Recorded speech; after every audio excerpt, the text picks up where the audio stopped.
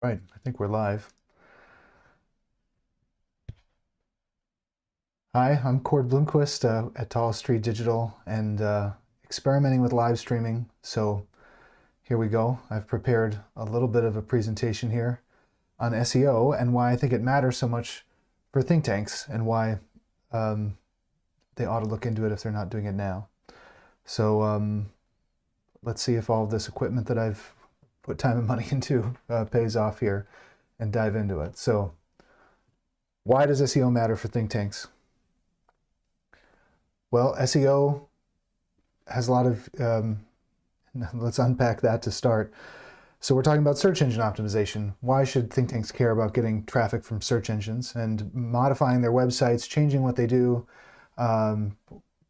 organizing how they present their content in a way that brings them more traffic from search engines? Why should they care, right? You've got people combing Capitol Hill or your state house trying to spread policy ideas that way. You reach out to media directly. You get a bunch of referral traffic from media outlets. Maybe you get a bunch of referral traffic from social media. So why should you care about search? Why invest any time into this, especially when it seems like it's kind of a mysterious thing that you've got to try to trick Google into giving you traffic. So let's get into it. Search engine traffic is unique in 5 ways. It's free, so you're not having to pay, unlike social media advertising. And good luck getting any organic. We'll get into that in social. Search engine traffic is scalable. It's valuable. It's enormous, and it's authoritative. And I want to just unpack each one of those things piece by piece. So let's start with free. There is no such thing as a free lunch, so there's no such thing as free marketing, right? So true. It's not completely free, but it's comparatively free. What do I mean by that?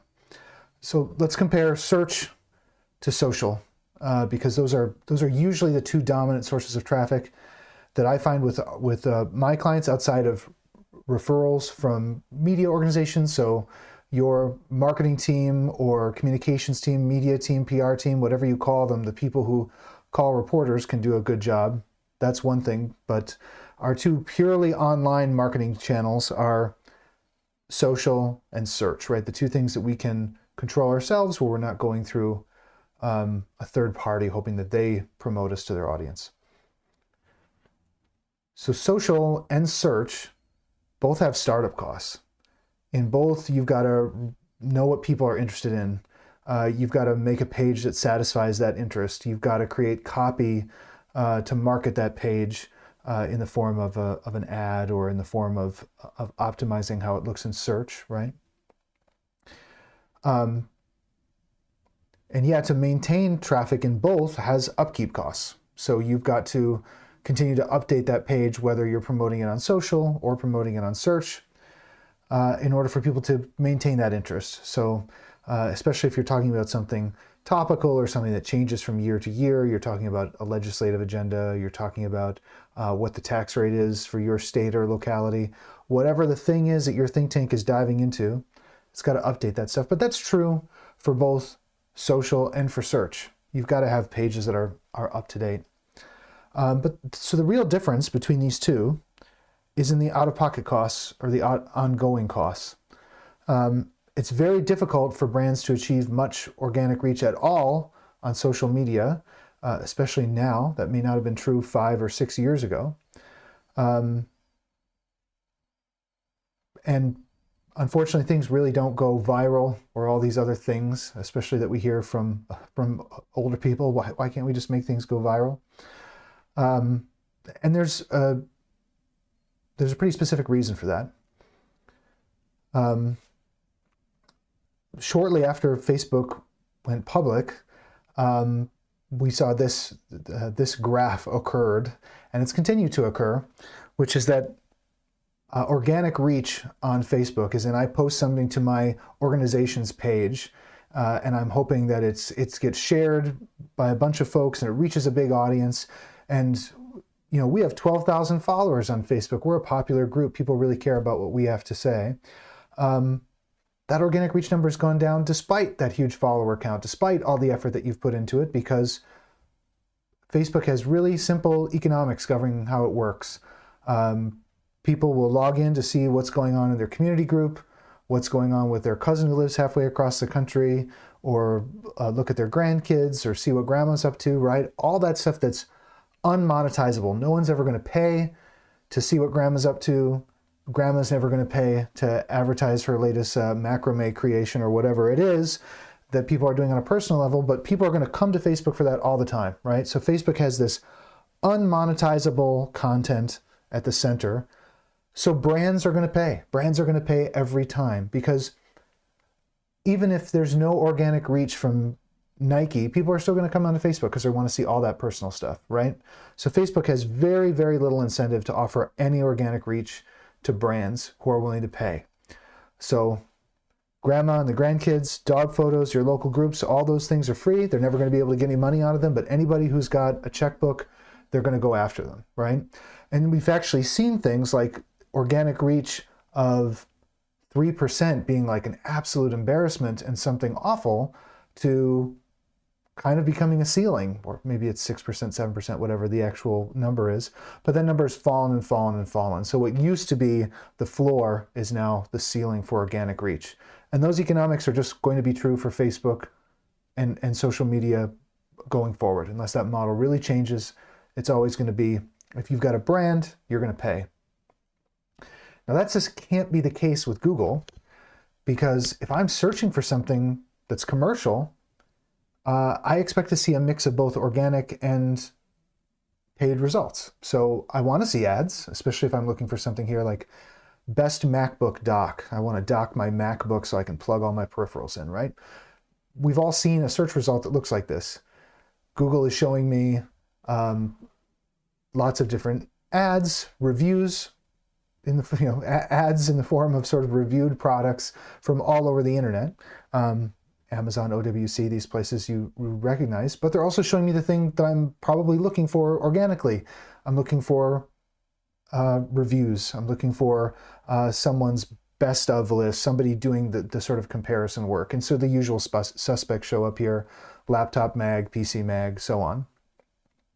If Google were to switch to a model where in order for anything with commercial intent to show up, you had to pay, it would cease to be useful as a search engine, right? We wouldn't go there if we knew that everything was just basically a paid advertisement. We expect Google to give us these free results. And because that expectation is there, because Google is worthless without showing us organic results, it means you can be part of those organic results. You can get the free traffic that comes with that. You're never going to be there with Facebook. And that's what makes SEO truly scalable, is that when you are able to rank highly in those organic search results, you're going to get traffic over and over again, month after month after month. So what do I mean by that? Let's dive into that a little bit more.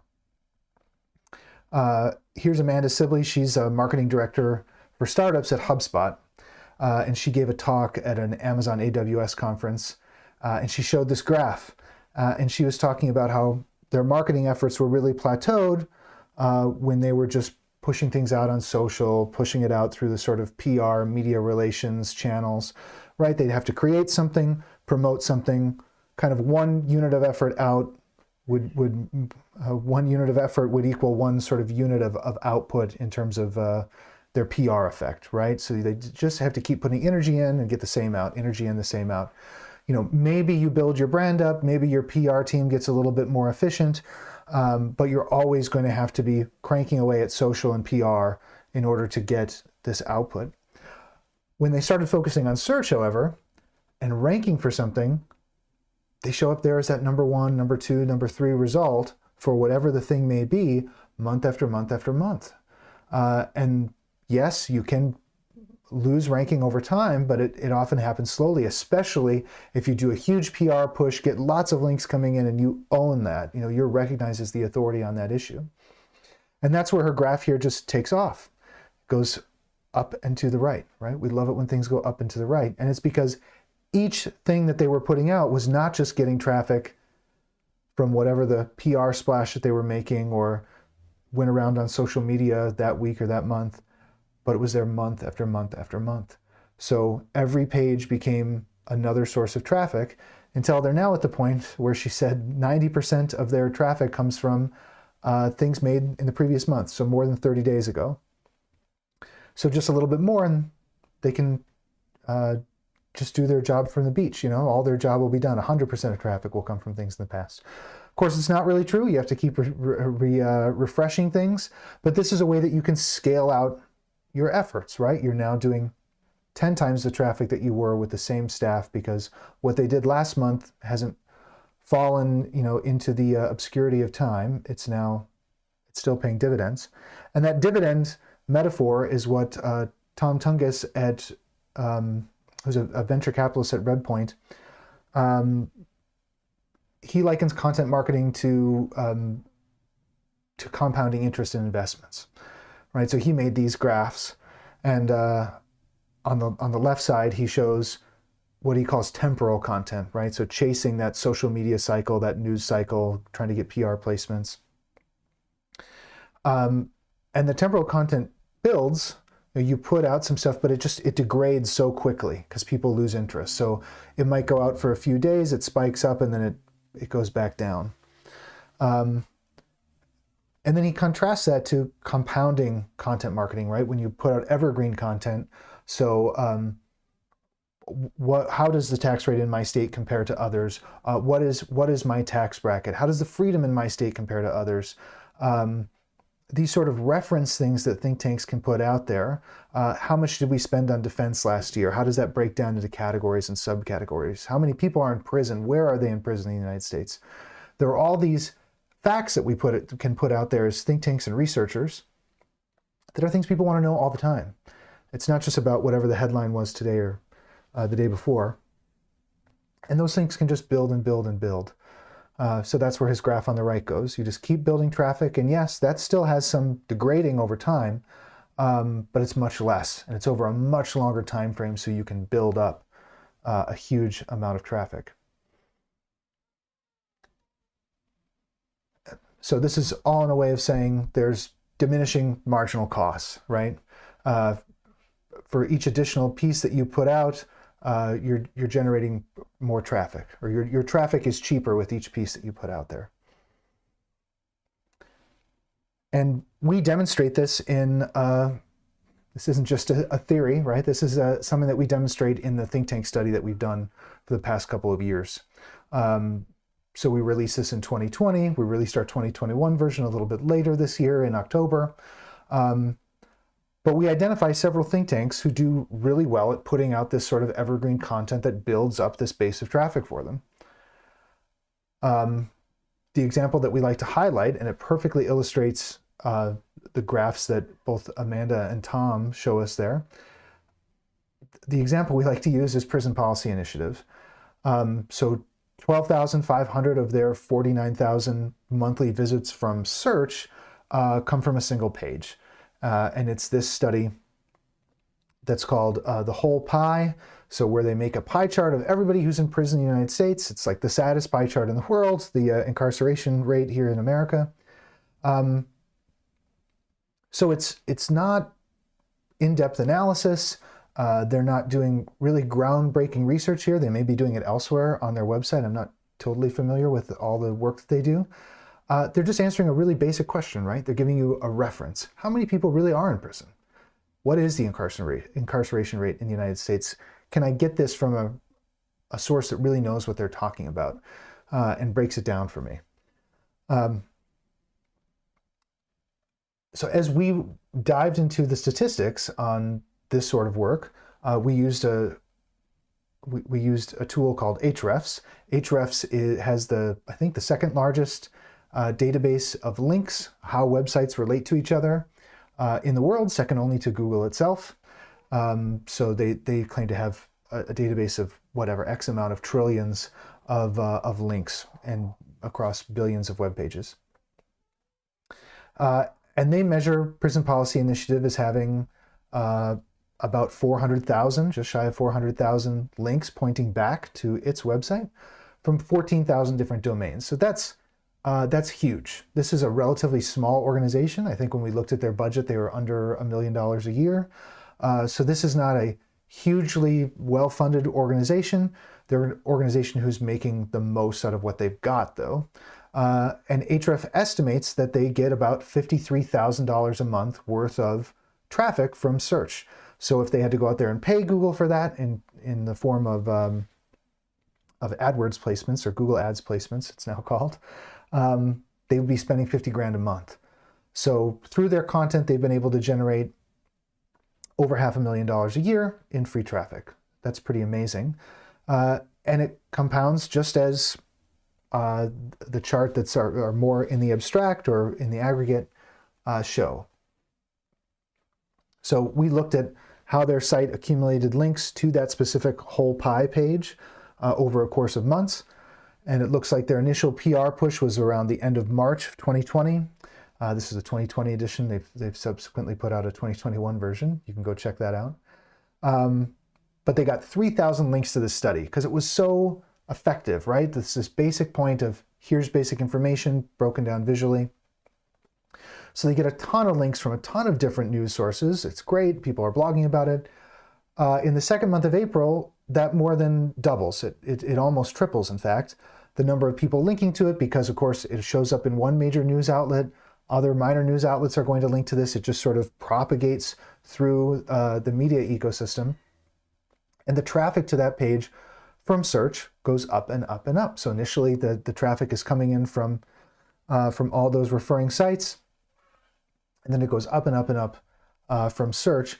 And that search traffic found a level. It's around 12,000 a month, but it goes up and down. Who knows why? People search more some months and not others, but it's found that level and sustained for them now.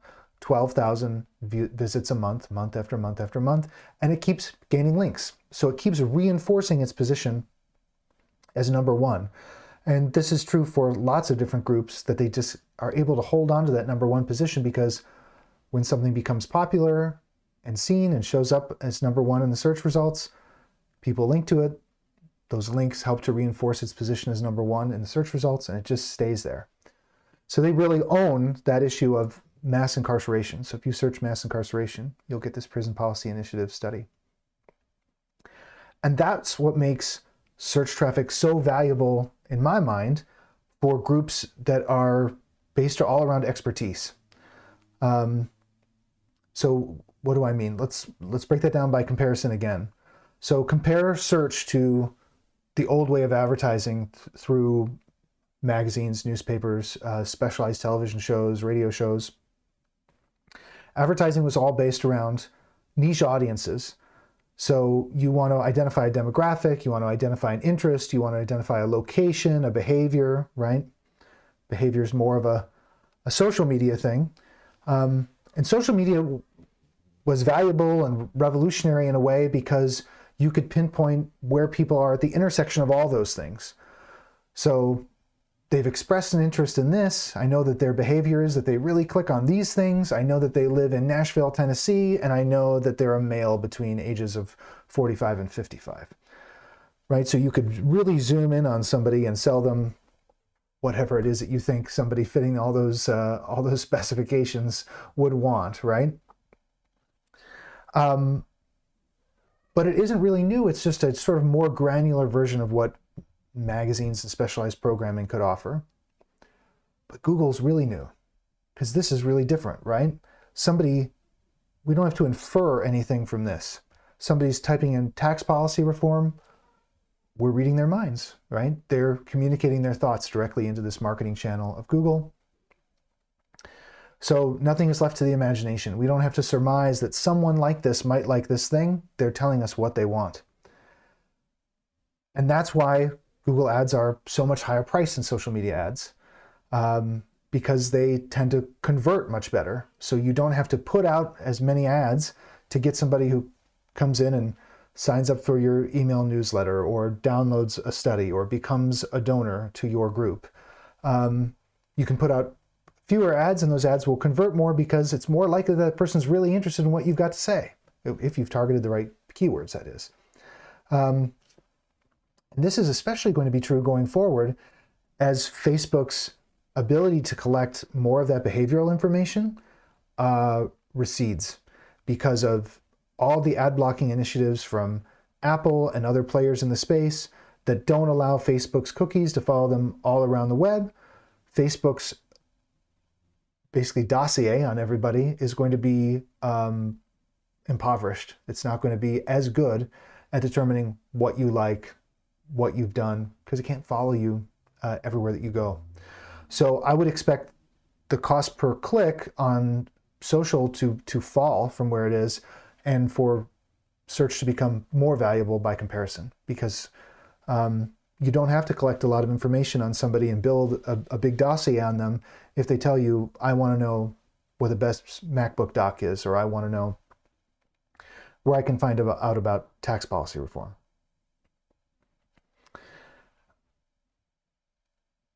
And so another great benefit of search is that the amount of traffic that there is just incredible. And when you don't have to pay for it, right, it can scale up to hopefully consume everybody who's interested in what it is that you've got to talk about, whether it's prison reform, tax rates, whatever it is. And we kind of take for granted how huge search is because it's everywhere. It's built into the address bar of our browsers. It's built into our phones. We can say, hey, whatever. I won't say it so I don't trigger your devices.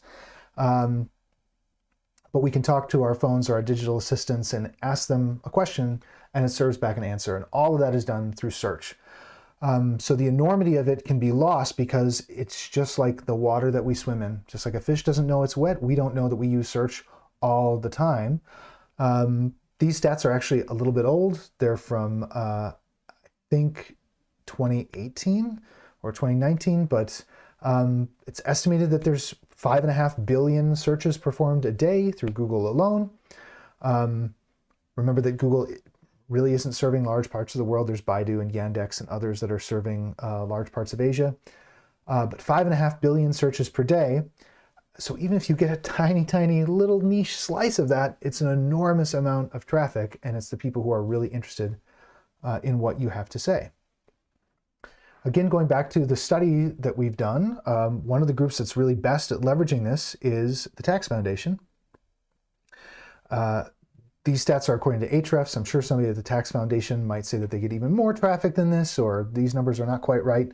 So I'm looking at this from a third-party tool, but that third-party tool says over a 250,000 people are visiting the Tax Foundation a month. Out of their 750,000 total visits from search, 250,000 are just going to this page, their 2021 tax brackets page. This page is, I don't want to diminish it in any way, but I think it's probably pretty simple to produce in that, again, no real analysis, know what this ought to be, what are the economic effects of the tax brackets being this way. There's a little bit of commentary kind of peppered into what they've produced here, but it's pretty like straight across,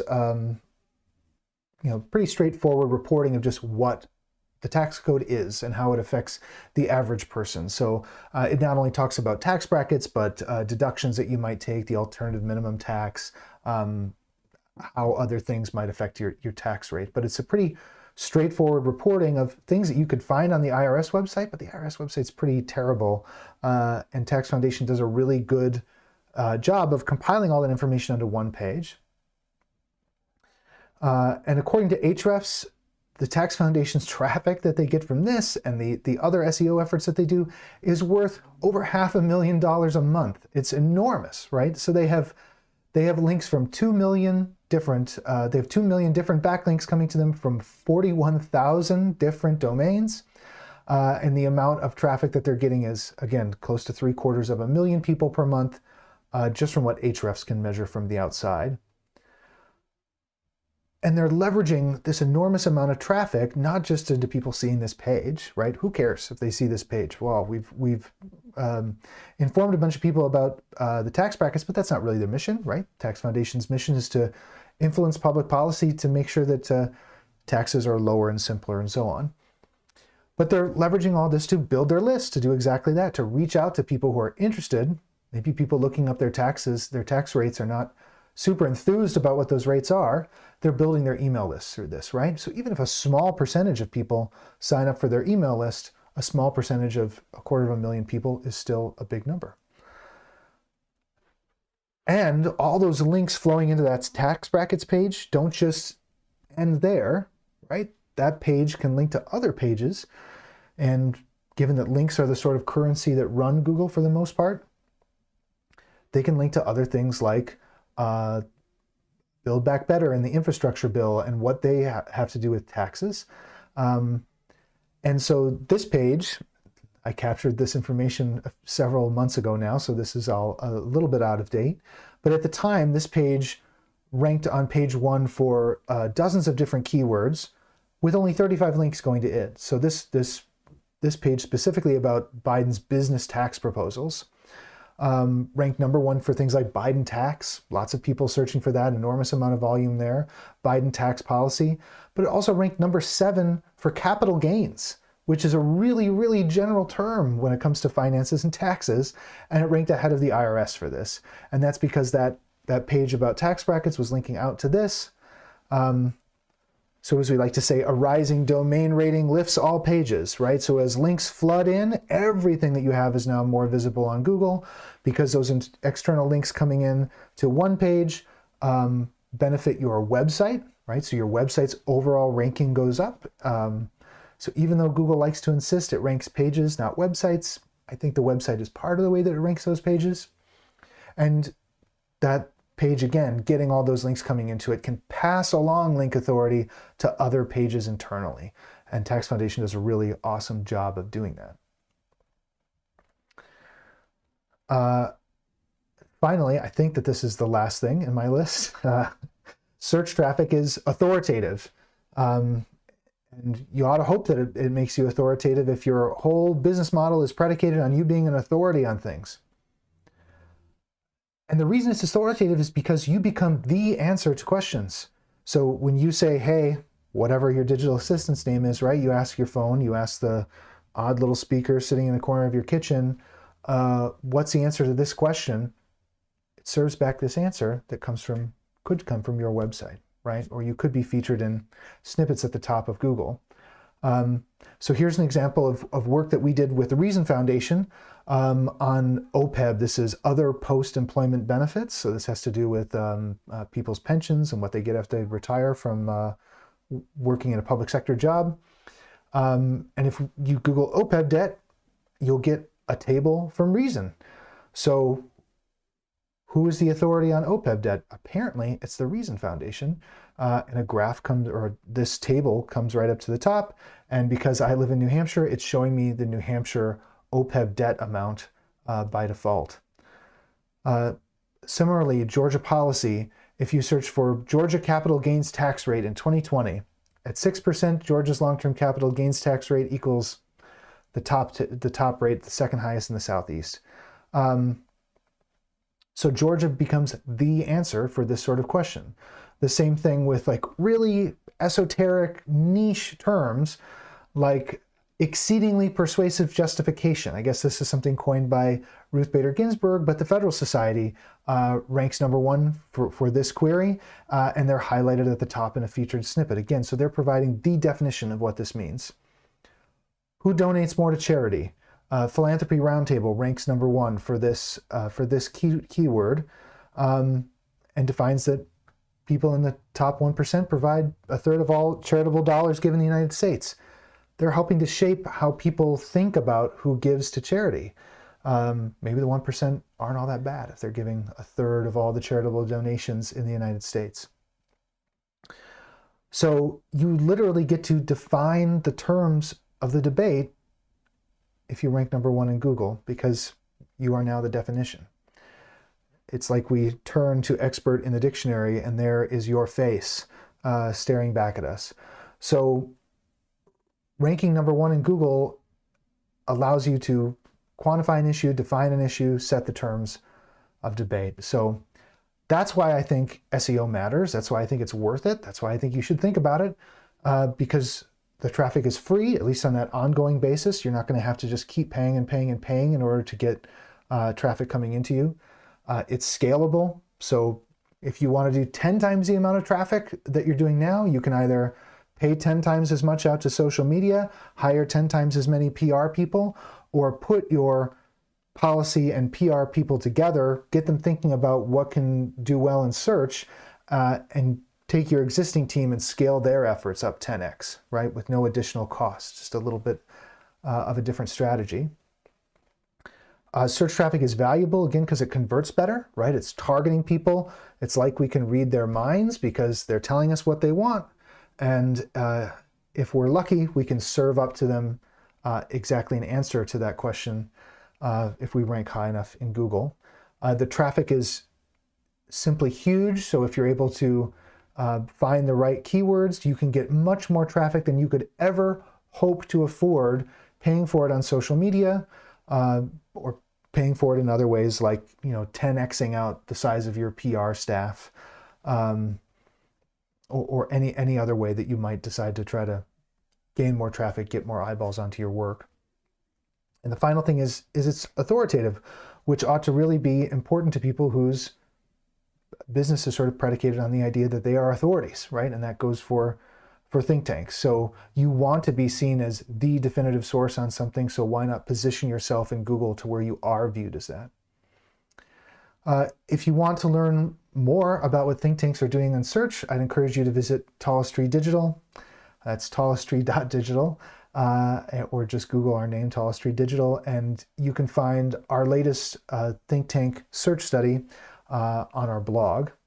I'll also drop a link to this and many of the other references I've made here in the show notes. So that's why SEO matters. I'm Cord Bloomquist, and thank you for watching this stream. If you watch this stream, I'll also make it available on our YouTube channel later.